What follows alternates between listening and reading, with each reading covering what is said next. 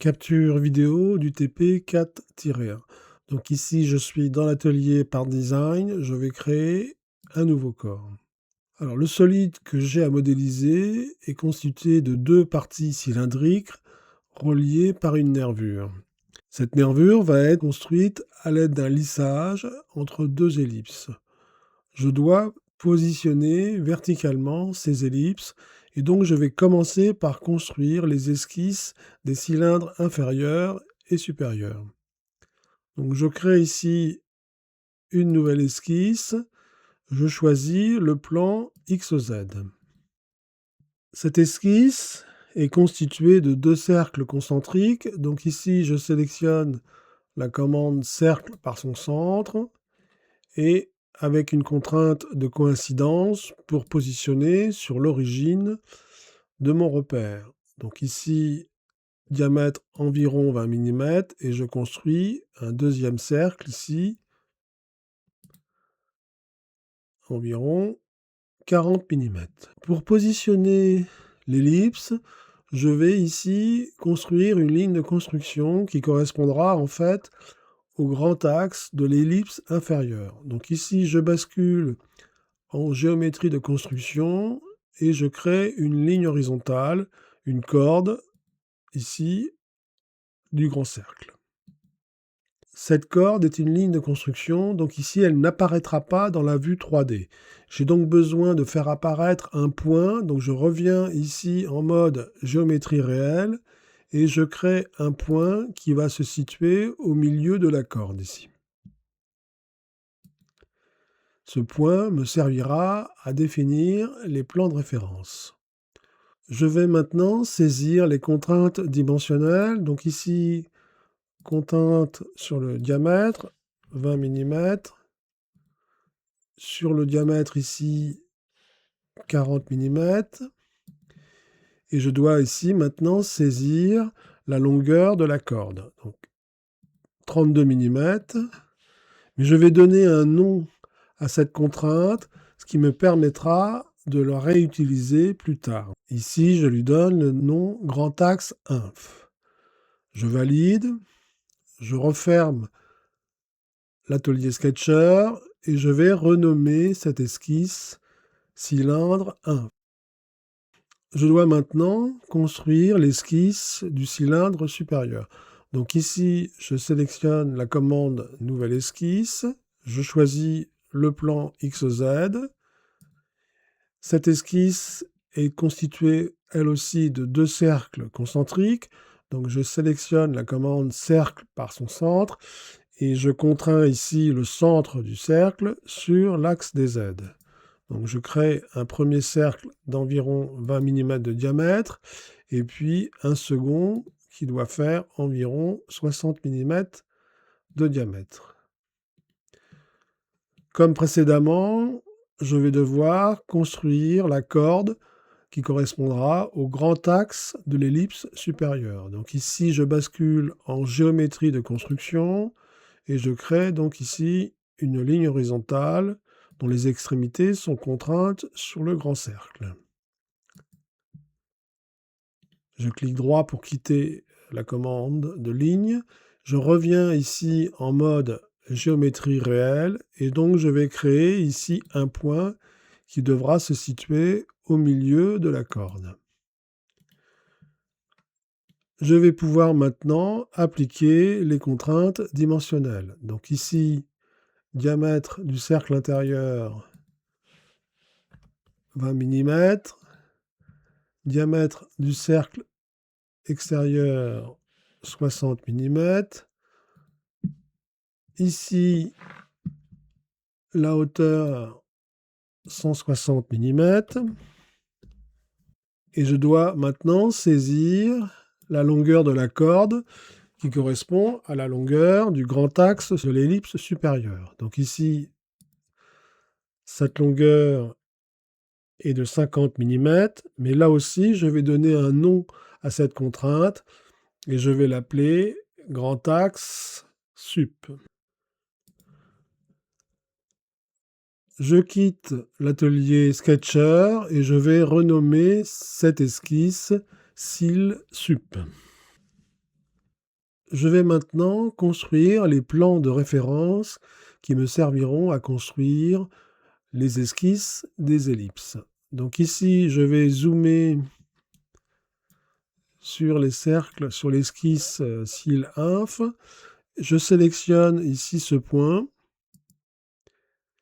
et je sélectionne la commande plan de référence.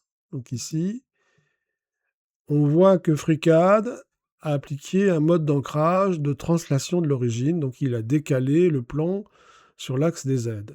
Je valide. Je vais renommer ce plan plan inf. Je vais maintenant répéter le même processus pour les cylindres supérieurs. Donc ici, je vais zoomer, je sélectionne ici ce point et je crée le plan de référence à l'aide de la commande plan de référence. Donc là aussi, on voit qu'il y a translation de l'origine.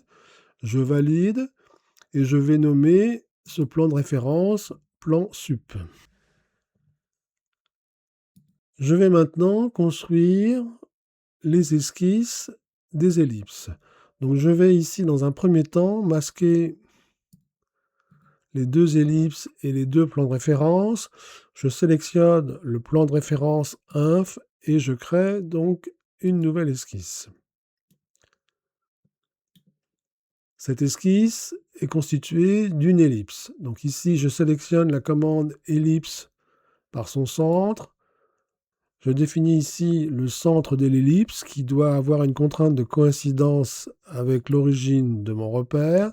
Je dessine mon ellipse. Et je vais maintenant contraindre l'axe ici sur l'axe ici à l'aide d'une contrainte de coïncidence. Et je dois maintenant saisir les dimensions de l'ellipse. Donc ici, pour le petit axe, donc je sélectionne la contrainte dimension, les deux extrémités ici. Je vais saisir la valeur de cet axe qui est égale à 15 mm, mais je vais aussi donner un nom à cette contrainte. Je vais l'appeler petit axe.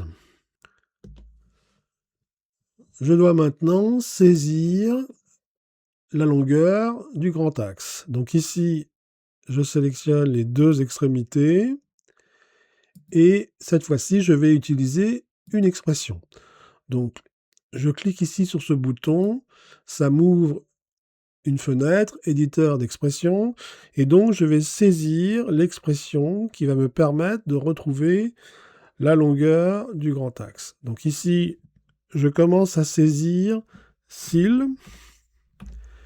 Donc ici, je vais chercher l'esquisse qui s'appelle cils inf. Je commence à taper contrainte, et donc je saisis contrainte, et il me propose le grand axe inférieur, c'est-à-dire les 32 mm. Je valide, mon esquisse est entièrement contrainte, je referme l'atelier Sketcher et je vais renommer cette esquisse ellipse inf. Je dois maintenant créer l'ellipse supérieure. Donc je vais ici provisoirement masquer cette ellipse inf, je sélectionne ici plan sup et je crée la nouvelle esquisse. Donc là aussi, je sélectionne la commande ellipse par son centre, je saisis l'origine de mon ellipse et je dessine une forme approximative. Je place le grand axe sur l'axe des X et je dois maintenant saisir les contraintes dimensionnelles. Donc ici, je vais saisir la longueur du grand axe, donc ici, contrainte de dimension, et les deux extrémités, et je vais utiliser, bien sûr, une expression. Donc soit vous cliquez sur le bouton ici, soit vous appuyez sur la touche égale, ce qui vous permet de rentrer dans l'éditeur d'expression.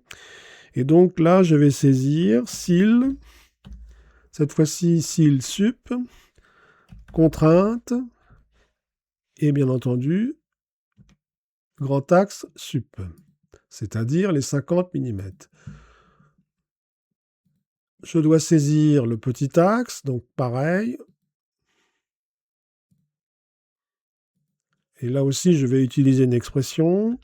Donc cette fois-ci, c'est ellipse inf, contrainte, petit axe.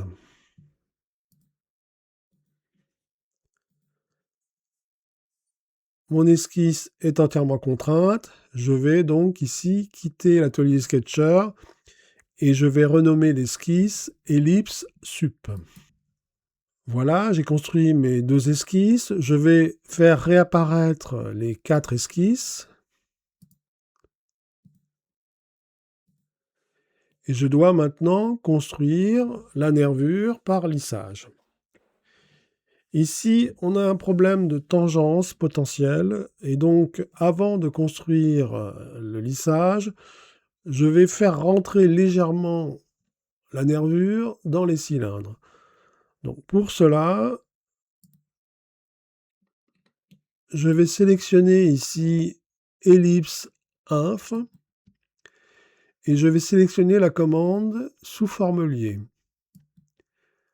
FreeCAD me rajoute un objet qu'il a appelé Binder, donc je vais renommer ici cet objet, je vais le renommer dessous ellipse inf. Et ici, en fait, je vais décaler sur l'axe des Z, donc ici, je vais saisir une position relative ici de moins 0,1 dixième de millimètre. Si je zoome, on voit ici l'ellipse inf en bleu et puis la sous-forme liée maintenant qui est juste en dessous. Je vais répéter le processus pour l'ellipse supérieure. Donc je sélectionne ici ellipse sup, je sélectionne la commande sous-forme liée, je vais renommer cette sous-forme liée dessus ellipse sup, et là aussi je vais décaler cette sous-forme liée d'un dixième de millimètre, cette fois-ci au-dessus, c'est-à-dire avec un plus par rapport à l'ellipse sup. Je vais maintenant pouvoir construire mon lissage. Je vais sélectionner les différents objets dans l'ordre précis. Donc d'abord, dessous ellipse inf, j'appuie sur la touche CTRL, je sélectionne ellipse inf, ensuite ellipse sup, et je termine par dessus ellipse sup. Et je crée ma commande de lissage. Je valide. Je viens de modéliser donc la nervure. Il me reste à définir, à modéliser les cylindres inférieurs et supérieurs. Donc je vais ici sélectionner l'esquisse cil inf et je vais créer une protrusion symétrique de 25 mm. Et je sélectionne l'esquisse cil sup. Je crée une protrusion symétrique de 32 mm. Je valide. J'ai fini la modélisation de mon solide. Fin de la capture vidéo.